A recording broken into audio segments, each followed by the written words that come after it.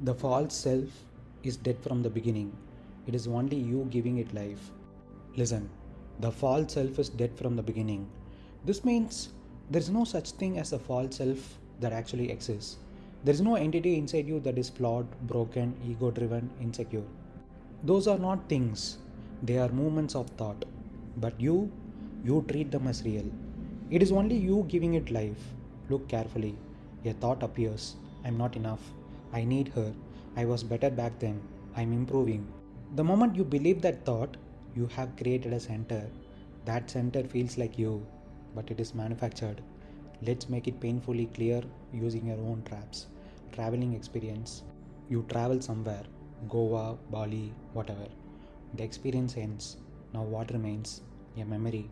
Then a thought arises. That trip made me alive. I want that again. You believe it. Now suddenly you are someone who needs travel to feel alive. That identity never existed before the thought. Dead thing given life. Sexual experience. You have a moment, pressure happens, body reacts, it passes. Then comes thought. That was amazing. I need more. I want her again. You believe it. Now you are a man chasing reputation. Not because of reality, because of memory plus belief. Again, dead thing given life. Gym self image. You look in the mirror. There is just a body. Then thought says, I look good. I am improving. People are noticing me. You believe it. Now there is a you who must maintain an image. Without thought, there was just a body.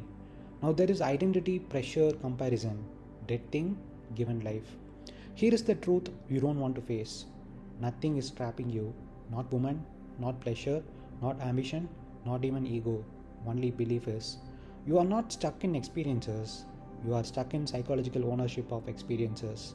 You take what is gone and carry it like it is alive. That is the illusion.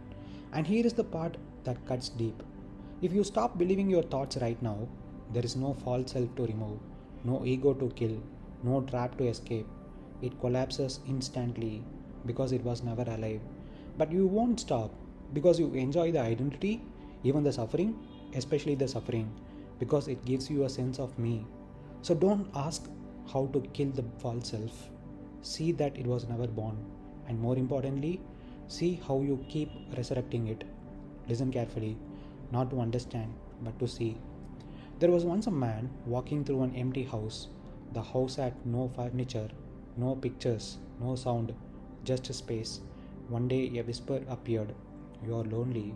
He heard it, he believed it, and suddenly the house felt empty. Not because it was empty, but because now there was a someone who could feel loneliness. Another day, another whisper. You were happier before, and instantly rooms filled with ghosts. Memories walked the halls, laughter echoed from walls that never spoke. He started chasing those ghosts, trying to sit where they once sat, trying to feel what had already died. Then came another whisper. You are becoming better. Now mirrors appeared. He stood in front of them, adjusting, comparing, judging. A man was born who needed to improve. Years passed. The house was now crowded, not with people, but with voices he believed. I need her. I lost something. I am growing. I am failing. Each thought, a piece of furniture he dragged in. Each belief, a wall he built. One day he stopped. Not as a practice, not as a method. Something in him simply passed. And in that pass, he looked, truly looked. The loneliness was just a sentence. The happiness just a memory. The better self just a comparison. The me who carried all this was never there. The house had always been empty, silent, bold, untouched. All those years, he wasn't trapped inside the house. He was trapped inside what he believed about the house. And then, without effort, without trying, the furniture disappeared. Because it was never real wood, just imagination given weight through belief. You are that man. The house is your mind. The whispers are your thoughts. And the false self, it is nothing more than furniture you refuse to see as imaginary.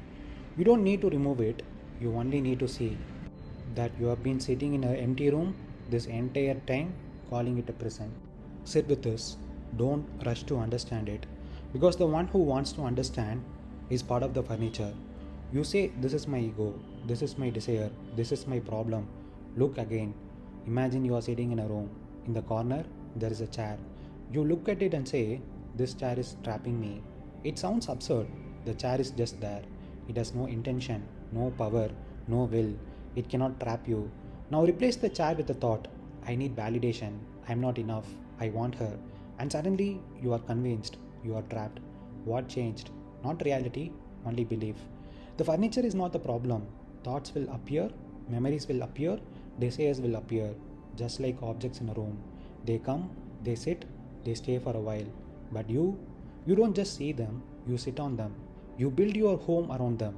You say, "This thought is me. This feeling defines me. This memory is my life." And now the room disappears. All you see is the furniture. Let's go deeper. A man sits in a room with a rope on the floor. In dim light, he thinks it is a snake. Fear rises, heart races, body freezes. For him, the snake is real. But there is no snake, there never was. Only a rope misinterpreted. Your false self is that snake. I am someone who needs success. I am someone who lost love. I am someone becoming better. These are ropes, but you see snakes, and then you live your entire life reacting to something that does not exist. Now, here is the turning point. You don't kill the snake, you don't fight it, you don't overcome it, you don't improve it, you bring light and you see. The moment you see the rope as rope, what happens to the snake?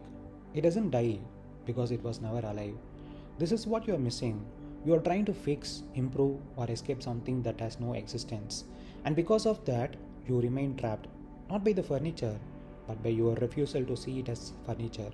So when I say you are sitting in an empty room, calling it a prison, I mean this. There is no prison, only walls made of belief, only bars made of thought, only a you constructed out of memory. Remove belief, not through effort, but through clear seeing, and the room is no longer a prison. It never was. Then what remains? Just a room, silent, open, without identity. And that feels terrifying at first, because there is no you left to hold on to anything. But look closer. That silence is freedom. In the end, there is nothing to fix. That is the part the mind keeps resisting. You thought you were carrying a burden, but you were carrying an idea of a burden. You thought you were trapped, but you were holding on to the idea of walls. You thought there was a you who had to become better, stronger, freer, but that you was assembled from thoughts you believed. The false self was never alive. It had no heartbeat, no substance, no existence outside of your agreement with it. And all this time, you were trying to improve it, heal it, discipline it, elevate it. Like decorating furniture in a room that was never yours to begin with. So the end is not achievement, it is not becoming, it is not transformation. It is seeing clearly, brutally, finally. Seeing that nothing is holding you, nothing is defining you, nothing is demanding anything from you. And in that seeing, something strange happens. Not dramatic, not mystical, just simple. The grip loosens, the noise fades, the me that was struggling is no longer found.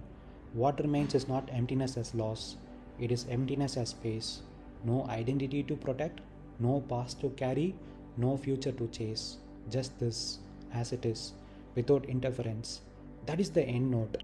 Not a conclusion to remember, but something to see again and again, until even the one who is trying to see falls away.